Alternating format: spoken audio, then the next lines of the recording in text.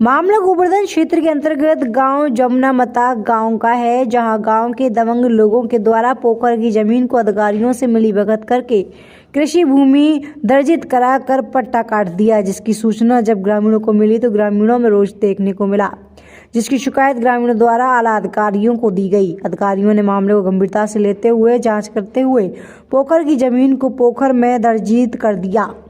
पोखर में बने अवैध कब्जों को उच्च न्यायालय के आदेशों पर हटवाकर पोखर बनाने के आदेश दिए गए हैं, जिसका कार्य प्रशासन द्वारा जल्द ही पोखर कार्य समाप्त हो जाएगा। इसकी जानकारी देते हुए अभिमन्यु सैनी पक्षकार ने मीडिया की टीम को बताया कि यह जमीन प्राचीन पोखर की जमीन है। यहाँ कुछ दबंगों के द्वारा इसको हड़पने की नियत एवं अधिकारियों से मिली भगत के करके पट्टे काट दिए गए थे। इसकी सूचना जब ग्रामीणों को मिली तो उनमें रोष देखने को मिला, जिन्होंने आला अधिकारियों में भी इसकी जांच कराई गई और दलजीत द्वारा प्रशासन द्वारा यहाँ बने हुए अवैध कब्जों को हटाकर पोखर को कब्जा मुक्त कराया जा रहा है। क्या नाम है आपका? मैं अभिमन्यु सैनी। जैसा कि आज यहाँ पे जमुना में ये बुलडोजर चल रहा है, क्या कुछ मामला है? किस मामले को लेकर यहाँ प्रशासन द्वारा बुलडोजर चलाया जा रहा है? ये प्राचीन पोखर थी, भगवान श्री कृष्ण के अष्टशाप के कीर्तनकार श्री कुमनदास जी महाराज की जन्मस्थली है। तो बाबा कुमनदास जी की जो श्री श्यामा माँ गाय जो थी उसका खिरक था, उस खिरक के अंतर्गत गौशाला संचालित कराई गई थी। ग्राम प्रधानों को जो निर्देशित किया गया था शासन के द्वारा, श्री कुमनदास गौसेवा समिति नामक एक समिति के अथक प्रयासों से इस गौशाला को निर्माणित किया गया। इसी के सटे हुए बाबा श्री कुमनदास जी की श्री श्यामा माँ गाय जो थी उसके पीने के पानी की पोखर थी।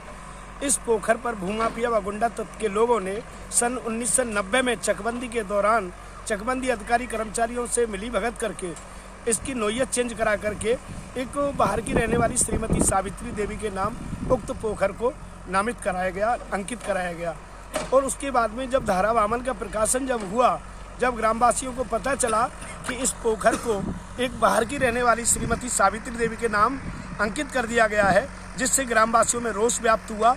उसके चलते ग्रामवासियों ने एक न्यायालय में और शासन प्रशासन में गुहार लगाई। उस गुहार को आज तक नहीं सुना गया। उसके बाद सन 2013 में न्यायालय चकबंदी अधिकारी के माध्यम से एक आदेश किया गया कि उक्त पोखर प्राचीन है, वो पोखर ही रहनी चाहिए। उसको लेकर के भी कोई कार्रवाई नहीं दर्ज की गई तहसील अभिलेखों में। उसके बाद में हम हाई कोर्ट सन 2018 में हाई कोर्ट गए, 19 में हाई कोर्ट गए, 22 में भी हाई कोर्ट में गए।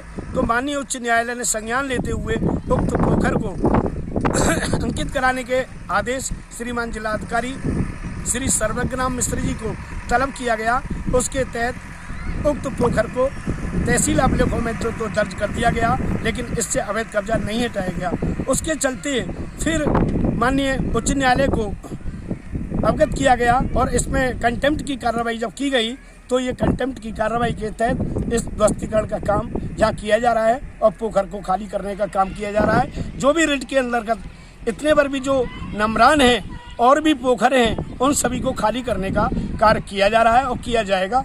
ये मेरी अपने आप में उम्मीद है कि अब इस और शासन का और प्रशासन का पूरा ध्यान है और इसको संज्ञान में लिया जा रहा है और ये कार्य बड़ा अच्छे तरीके से चल रहा है। हम प्रशासन की सराहना करते हैं। आप प्रशासन के कार्य से संतुष्ट हैं? हाँ, इस समय पर हम संतुष्ट हैं। जब तक पूर्ण नहीं हो जाता जब तक हम असंतुष्ट हैं। आपको आश्वासन तो पूरा दिया है? हाँ, आश्वासन दिया गया है। जो रिट के अंतर्गत जो इतने भी जो नमरान हैं वो सभी खाली किए जाएंगे और भूमाफियाओं से अवैध कब्जा हटवाया जाएगा।